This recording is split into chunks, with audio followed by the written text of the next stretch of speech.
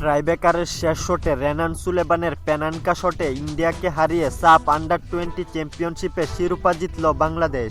ইন্ডিয়ানদের injury নাটকের কৌশলকে কোনো পাত্তাই দিল না রেনান সুলেমান। শুটের আগে রেনানকে এমিলিয়ানো মার্তিনেজ স্টাইলে ক্যাপানোর চেষ্টাও করেছিল ইন্ডিয়ান গোলকিপার সুরজ সিং, কিন্তু রেনান চাপের বাপ ঠান্ডা মাথায় পেনাল্টি শটে গোল করে প্রমাণ করলেন তিনি সুদূর আমেরিকা থেকে আসা বাংলাদেশের এক প্রতিভাবান রত্ন।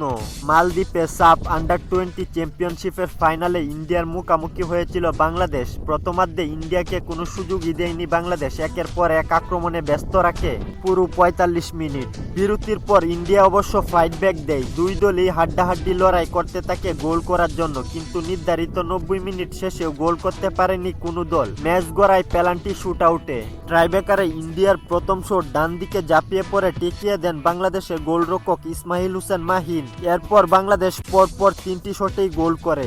বাংলাদেশের চতুর্থ শটের সময় শুরু হয় ইন্ডিয়ার গোলকিপারের সময় নষ্ট করে সাইকোলজিক্যালি চাপে ফেলার নাটক।